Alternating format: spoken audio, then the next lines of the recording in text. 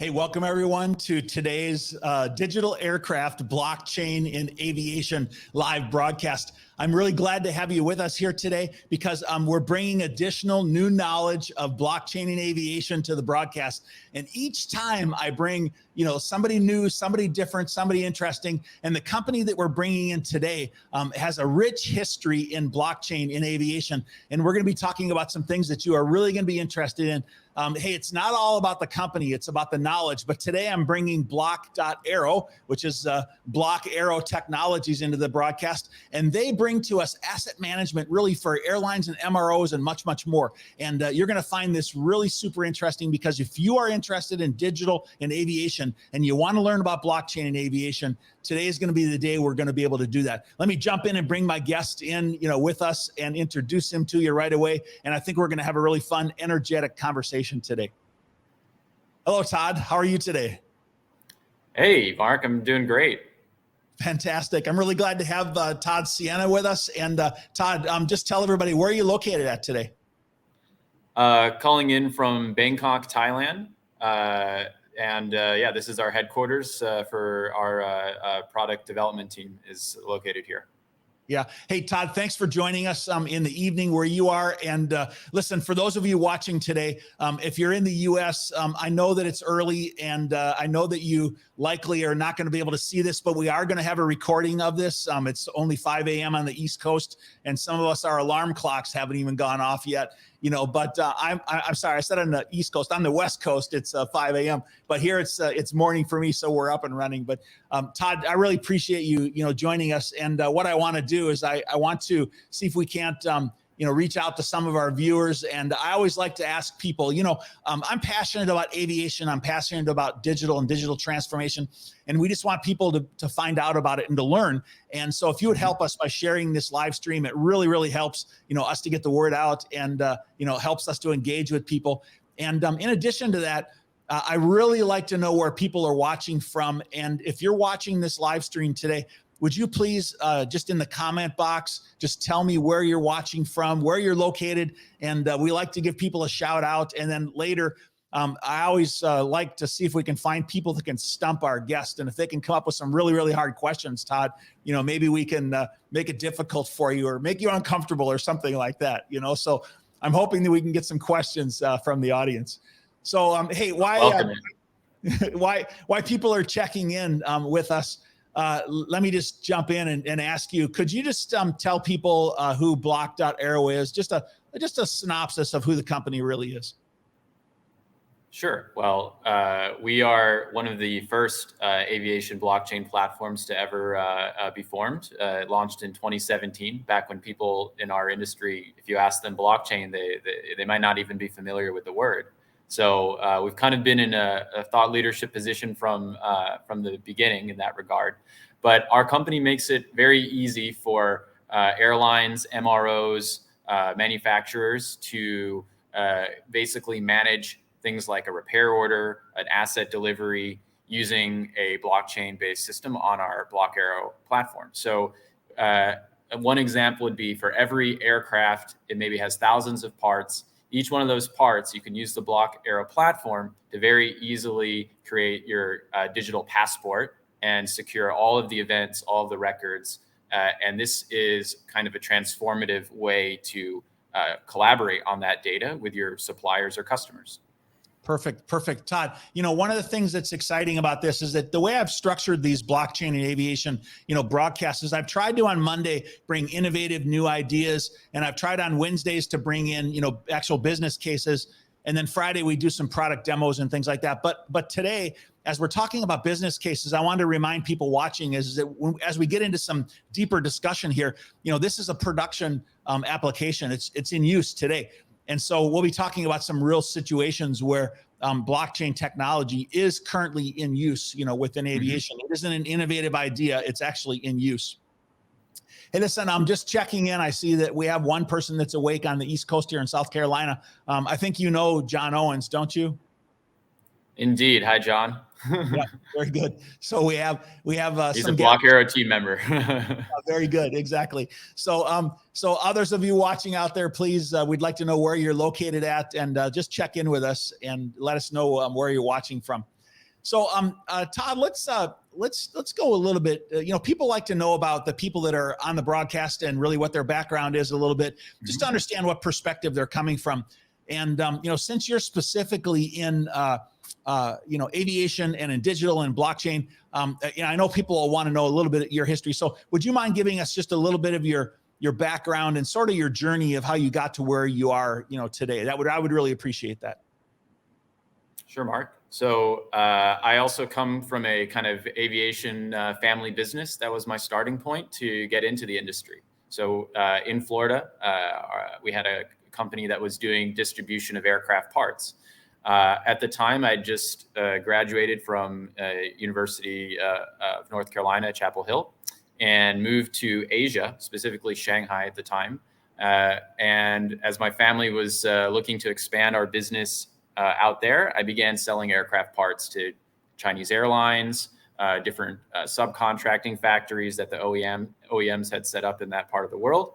And I began to experience what everybody in our industry does who's on the kind of interface point between companies. Like, how do I sell, my serviceable material or sell my connectors, and what are the certification requirements? So that was my first kind of like hands-on learning about the importance of the data around your assets and the ability for you to remarket and sell them. So over time, I got into the trading of larger and larger assets, and I saw this problem actually kept kind of growing exponentially the more complex the assets were. And it just so happened that by being in Shanghai in 2016, that was kind of the hotbed of blockchain innovation. It was all around the whole cryptocurrency use cases, but even those early cryptocurrency use cases, people were like thinking about, how are we going to do this for supply chain? How are we going to do this for, carbon credits, for all sorts of different applications? And the way I saw it going was, I said, okay, if people are using this today just for essentially tokenizing like equity or a share or the future value of a project, the next evolution is going to be the tokenization of kind of derivatives, which could be financial assets. But then finally, we're going to get to the point where physical assets all have a identity on a blockchain, and that is used to then realize those benefits of immutability, of networking, peer-to-peer transfers. That's where it sort of clicked for me, and I decided to launch Aero in 2017. And you're actually doing that today now then. That's what your company is doing. And we're going to get into that, right? Yeah. So, I mean, we started with an idea in 2017, began talking with those potential customers. You go from what starts out as essentially nothing more than a kind of PowerPoint deck that might describe your vision. And then over time, you not only build a product and a platform, but you're also building a company. It's quite an entrepreneurship journey, I would say. Yeah, Todd, that's what's really pretty exciting about what you're currently doing right now is that, you've really brought this to reality. And so, I intentionally have brought on people that are innovative or innovators, and they're thinking about how could we apply this and where could we go? And then I'm trying to bring in situations where companies are more mature and they're actually in the middle of implementing that. And that's really where you guys are today. And so we're going to get into that in just a second here. Hey, I want to continue to recognize just a few, followers out there. I wanted to thank Rena for being here. She's in Toronto, and I think in the last broadcast, she told me she's not missed a single one. So listen, I appreciate you coming on 3 hours earlier, Rena, and actually, watching today. I don't want to break your record of not seeing, all of the broadcasts. So thanks for joining us. I really appreciate it. So. Hey, Todd, let's keep going. And maybe we start out with just from your perspective. It's also very interesting that you're in the other part of the hemisphere of the world, on the other side, because a lot of the people that I work with are in North America, South America, Latin, Europe, Middle East. But because of time differences, we don't get as many people, in the Asia Pacific region, joining in the conversation. So thank you so much for, doing that. But can you talk to us a little bit about the industry challenges that we're seeing today? And, sort of what the industry is faced with that we need to be looking at to solve? Absolutely. I think there's a couple of themes I would highlight, three of them right now. The first one is the need for human resources challenges to be addressed in our industry. So that goes everywhere from people have shortages of available labor, whether that's skilled or unskilled, and now we have man shocks as the industry's return to service. So putting tools, putting things that can solutions in place that can take some of this workload, some of the burden, especially the non-core operations of a company. I think that's a theme where blockchain, Aero, and even any type of digital transformation activity has a high value for aviation companies. The second one, I think, is if we look at the impact that geopolitical events like Russia are having, and we consider that many aircraft were on lease in some of these jurisdictions. If you can imagine a world where that data was decentralized and fully secured at all times in real time, that would be a much more resilient way to adjust to unexpected events like for example the Russia sanctions that are causing problems for the industry. And then the third one I would say is if you look at the urgent need for our industry to achieve net zero, to address the growing sentiment that the public views aviation as a polluting industry. And even if that may not be true, just like people get kind of very shocked when there's a tragic crash or accident, it doesn't matter that aviation is still the safest. There's people's perceptions. We have to deal with things like greenwashing. So all of these, I would say, sustainability, human resources, how do we be more resilient in the way that we can protect and manage our data from various shocks that may occur from external sources? Yeah, I think those are three really good, thoughts. I mean, we all know that we're all faced with labor shortages and labor challenges. And one of the things I've been challenging people to do, looking at digital transformation, Todd, of course, is that our industry needs efficiency. All right, is that we know that in many aspects of our industry, it's just stretched all the way to its maximum capacity right now. And all it takes is one, delay and cancellation to cause a ripple effect. And aircraft are stopped and schedules are broken and people can't get where they need to go.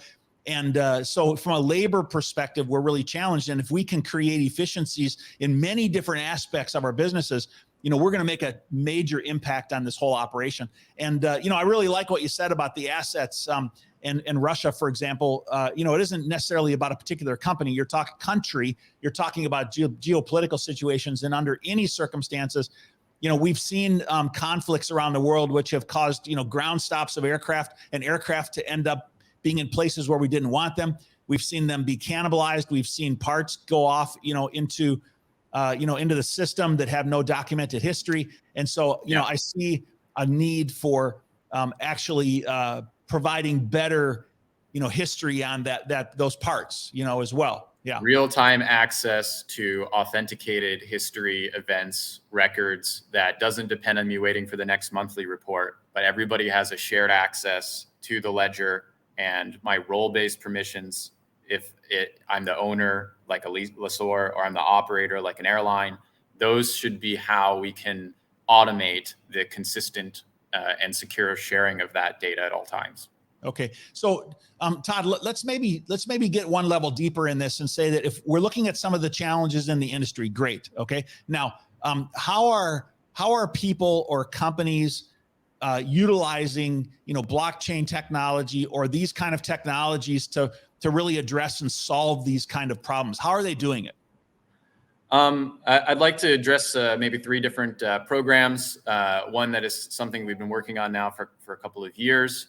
One that we're relatively new, started within the last year, and then what we're anticipating coming in the future. So we actually have the most mature use case is managing repair orders on our platform. So today, we were happy to announce earlier this year that we were invested by Japan Airlines Group, subsidiary company called Jalux, and they have a very diverse business. So there's actually quite a lot of areas that a company like that would be looking to apply this type of technology. But in terms of the first scaled up production use case, we're looking at how do we streamline the repair order management between vendors, suppliers. Sometimes, as we know, OEMs are very involved in different transactions. So basically, the creation of a shared record that encapsulates all of the repair order status and data is replacing a system of unique files that may get exchanged on a kind of one-off basis or on a periodic basis as reporting. So that's what we've implemented today. So what are the challenges of just using the technology we have today, or the methods, the business processes that we have today? What makes it of value to consider using blockchain in lieu of business processes and technology that we might most all of us be using today? Yeah, I think it's that's people want to understand what's the bang for buck. So of course it depends on your starting point. Are you at 1.0, 2.0, 3.0, or are you like fully 4.0, like the industrial revolution, fourth industrial revolution has been achieved in your company? Everybody's at a different kind of point. So some people will benefit from both digital transformation, like a very modern and clear to use interface of our application, but others will be looking at it more strategically, long-term value. If I'm doing all this work, and like I want to go back to why I kind of wanted to start this, like I would often feel that when I would trade a APU or a like kind of roadable part, that some of the work I was doing had already been done many times before. So as a company that has many transactions, this work that I'm putting into my data to manage my transactions or manage my assets, I want to be able to have it turn into something that I can either monetize or reuse or repurpose more efficiently. And blockchain can deliver that to you either even internally, which I think you will see a lot of large corporations kind of made internal blockchains first. But externally, it's more of a, how am I going to then sell this on to my customers? How am I going to interact more efficiently with my vendors? So the reason why you would take a blockchain approach is if you had a consortium with a lot of volume and you wanted to get some immediate efficiency gains, a blockchain coming in and replacing those traditional means of data reconciliation, you're going to get big savings on both labor hours and then long-term benefits of I can use this data and remarket my assets more effectively. Hey, Todd, sometimes if we use real world examples, people can grasp it, better. I want to ask you this. I want to challenge you with a question here. Is it a couple of years ago, I was involved in a lease return of an aircraft. So there was an aircraft that was on lease at an airline. It was being operated. Yep. And I had to do a records research on it myself and a number of other people. And everybody pulled out the boxes and we pulled out all the records and we had to research all the records. And unfortunately, all of them were in paper. All right. We did digitize them and we did put them, into electronic form. But that's a very common practice today. Okay. When an aircraft is moving back to a leaseholder and then it's going to go to somebody else who needs those records. How can a blockchain scenario help something like that? It would help in terms of like today, I may make my monthly reports. I may have a leasing company that, if I'm a lessor, I may request my operator to make these monthly reports, right? And that airline may not be such a large company. They may have fairly simple systems, and blockchain and Aero can come in and essentially create based on all of the existing standards like IATA document notation standards, ATA certificate standards. It's just a template for any lessor to request that data in a standardized way from their airline.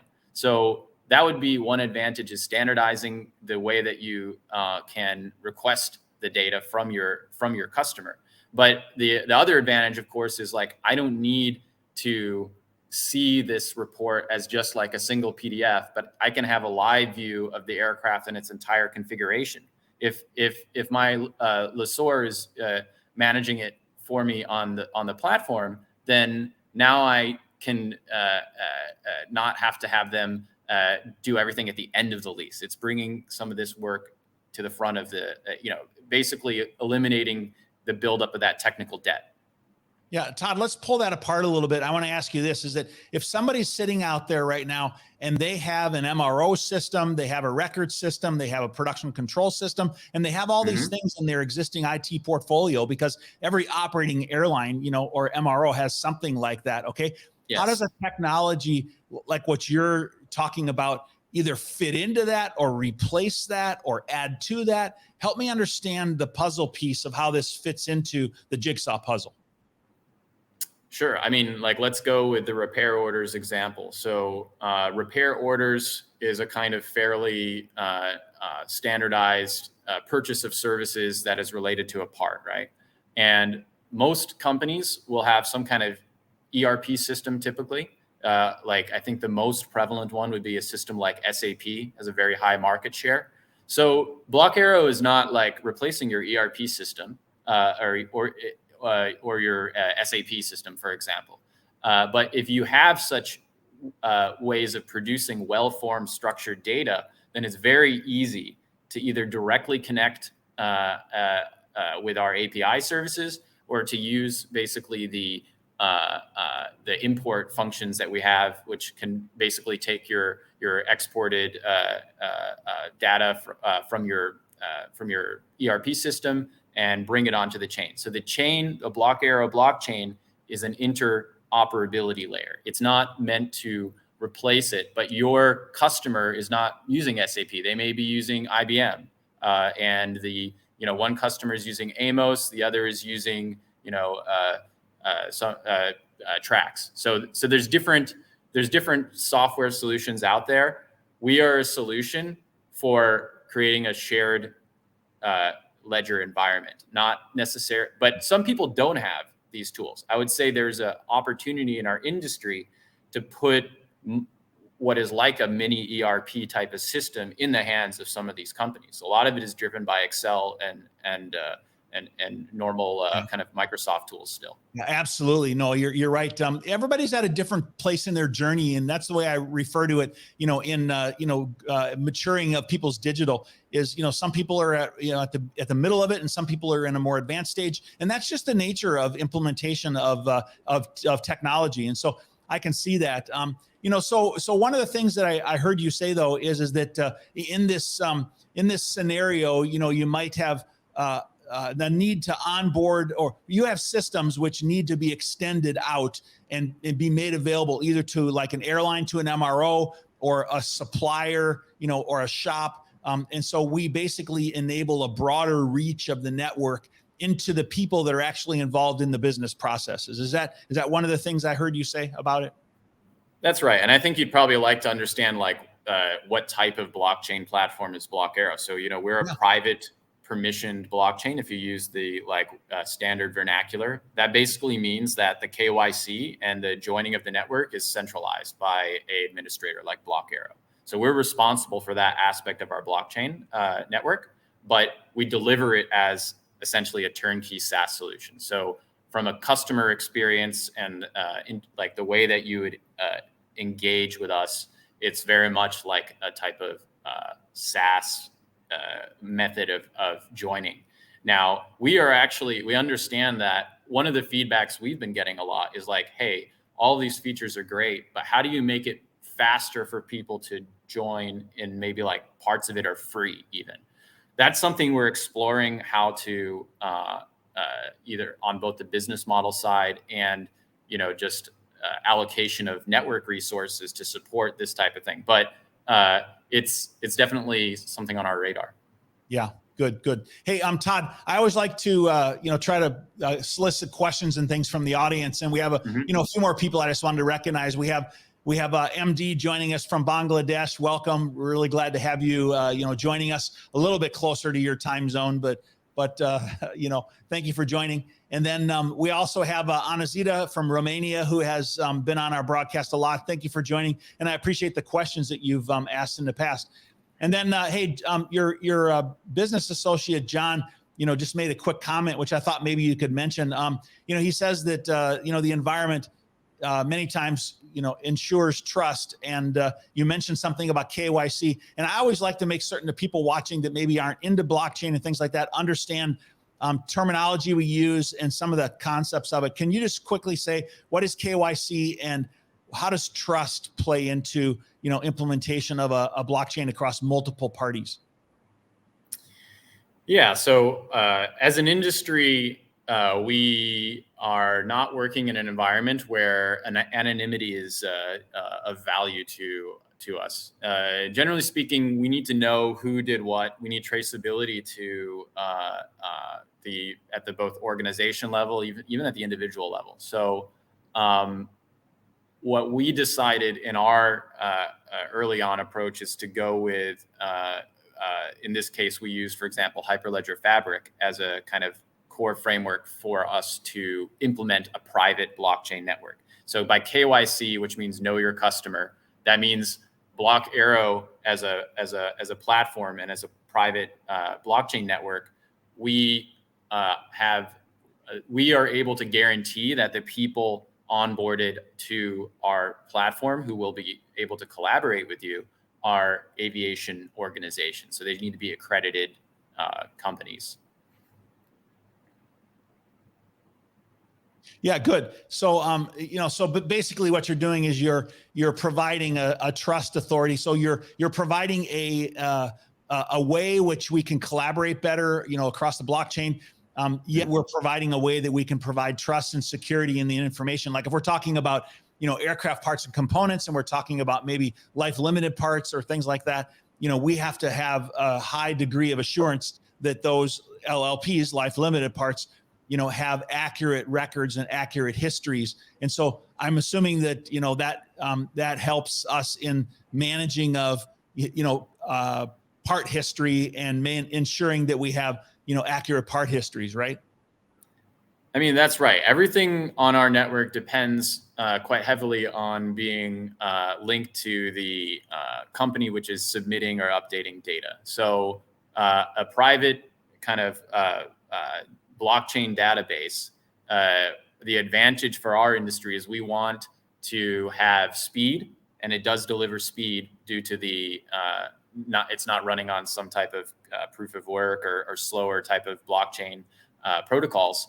The other thing is, like I said, we want the advantage of using blockchain for our industry is to have authenticated, securely preserved data that can be reused, repurposed by the organizations on their terms. So our enterprise customers, pretty much every aerospace business wants to be a bit more in control of and have more flexibility in knowing like what they can use in terms of how am I going to share this data on a blockchain network. So that's why we go with the private approach.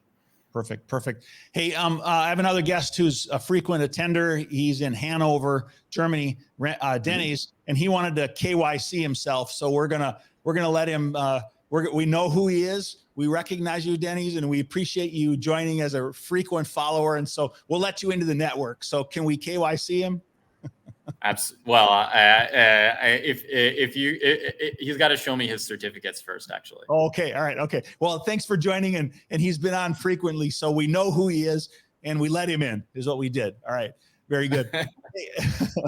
Yeah. Very good. Say, hey, listen, where do you see the future of the platform going, and what's the next step? Where is it going to go from here? Where's blockchain going now? Yeah. So, I mean, I think one of the things, so 5 years into this now, we've seen companies come and go in aviation blockchain already, including big players and small players. And, moving our industry onto blockchain, there's going to be different use cases in different parts of the industry that can go onto blockchain first. I mean, people have already tried experimenting on the crypto side, right? Like you've had people on your show showing different ways that that blockchain is being used in that regard. But at an industry-wide level, I do believe that the areas that we will see be massively transformed are in maintenance records. So being able to have let's say a regulator be able to audit in a much more automated and seamless way the safety airworthiness data that its certificate holders are issuing. I think that's a game changer for our industry. It's a harder one to get broad adoption on. So it's something that involves both working with regulatory agencies, working with people like ICAO, and all of, but I do believe that's going to be very transformative for us when that occurs. And so we have the solution to do that. The other area I see it making some big changes in is utilizing, basically exposing the availability of underutilized assets. Just by changing the mindset of our industry from I'm going to play on an information advantage to my assets being more available and having the information more accessible is going to increase my liquidity and give me an advantage in the market in that way. And I think people in the next generation will increasingly kind of want to pursue those type of sharing economy scenarios. That's where our industry probably has the most to gain in terms of if you can calculate a financial number on how much underutilized inventory is just sitting out there. Yeah, absolutely. Todd, I wanted to comment on both of your points. The first point, if we have, think about this, is that today we all have small little private repositories of our records, whether it's a paper repository or a digital, PDF image, or whether it's a more intelligent, repository. We have our own repositories. And so if we can provide greater accessibility to that information, it's really going to change things. And so you might say, well, what's going to happen here? Because, what if there are different blockchains out there and they have to be able to talk to each other? And the answer is yes, yes, yes. But if the information is in a structured, more accessible format, then now it provides us with a greater opportunity to be able to share and exchange that information. And if you're putting it out on a blockchain where it's, immutable or unchangeable, now we have a tremendous amount of possibilities. So it isn't that big of a leap to go from, where we are to where we need to go. We just need to continue to mature, that technology, is where we need to go. Yeah. And then I wanted to comment on your valuation of assets. Is just a quick comment. When I worked at Boeing, we had somebody come to us and say, I need this part, and it was out of production. And so they were going to pay a very large amount of money for, engineering to recreate the part, to re-engineer and remanufacture the part. And it was probably a 12-month lead time or something. It was incredible. And it turns out that there was a part that they were looking for hiding into a kit on a shelf somewhere, but it was kitted into a bigger part number, and nobody knew that it was there. All right. And if we just had the ability to be able to mine down into data better and better know what's there, we can make a tremendous impact on assets, and the value of assets. And as a matter of fact, they happened to find that part, and so they didn't have to do the engineering. And the way they did it is by some very sophisticated data mining processes that connected structured and intelligent data. And so I think what you're doing right now by taking parts and information and allowing it to be able to be, more accessible by more people and having common locations for that and in more common formats, I do believe that you're going to transform, the value of those assets by making it more accessible like that. I think that that's a very good insight, into the future is what it really is. Yeah, I think that's how we see it as well.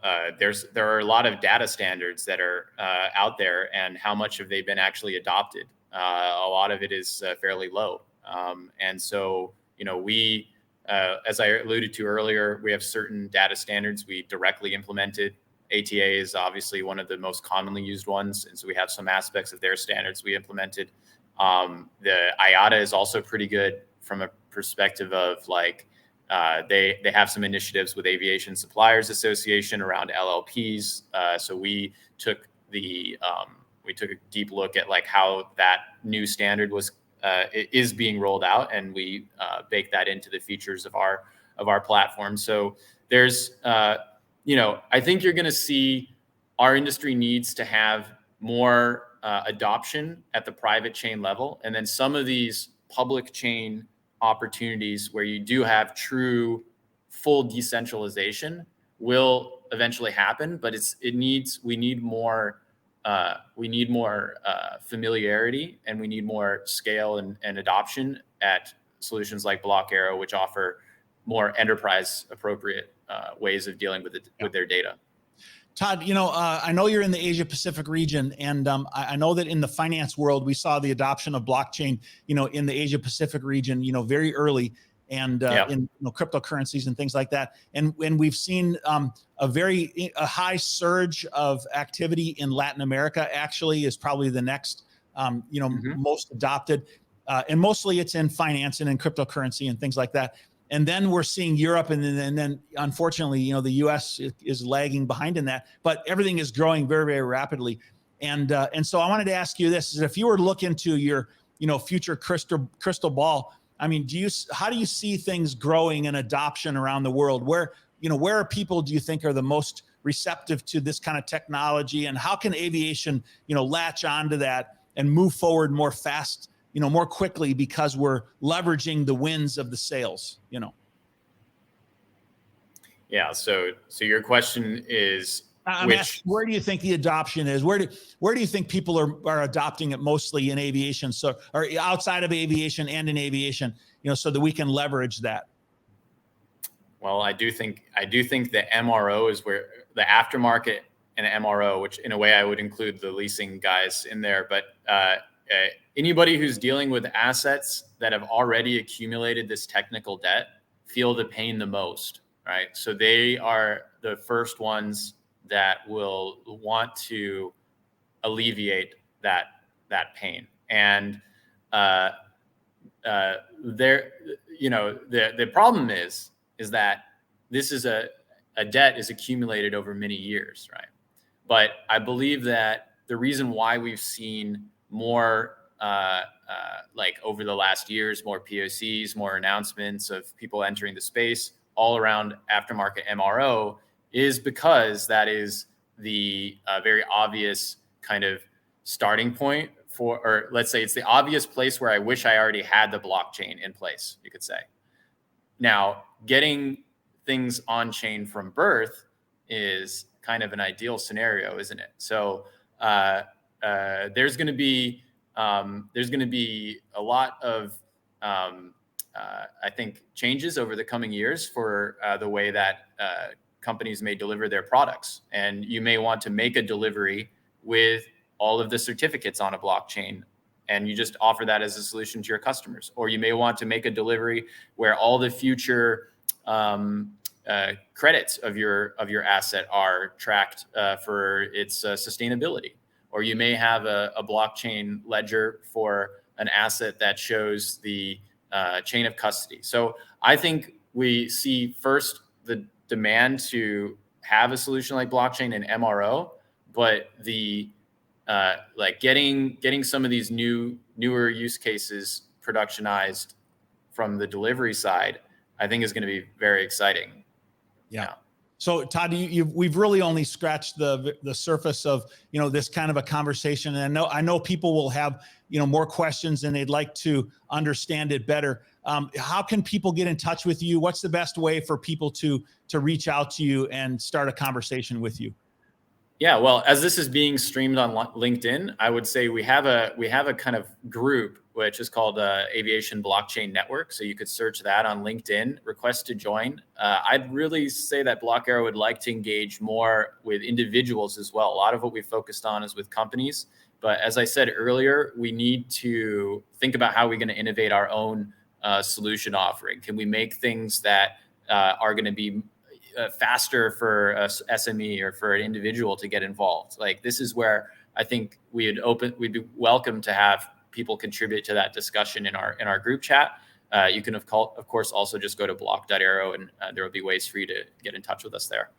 Yeah, and so if you want to reach out to Todd as a company and reach out, you can go to block.aero. You can reach out to him on LinkedIn. Another way to do that. And Todd, I appreciate your offer, because I do have people reach out to me and want to engage at more of a technical level and have more conversations about the technology and where its applicability might be. And where that goes is that people begin to get interested and they understand it better, and they start looking at potential ideas and ways that it could be implemented. So, I wanted to encourage anyone out there watching today, if you really want to, dig into this deeper, you can certainly reach out to me. You can always do that. And, you can always email me, or you can always get to me on LinkedIn, and we can have a conversation. And if you want to specifically talk about blockchain solutions, reach out to Todd and begin that conversation, because this is an exciting technology, and you guys are really in a space that's so interesting. And I think it really has a big opportunity to be able to make an impact,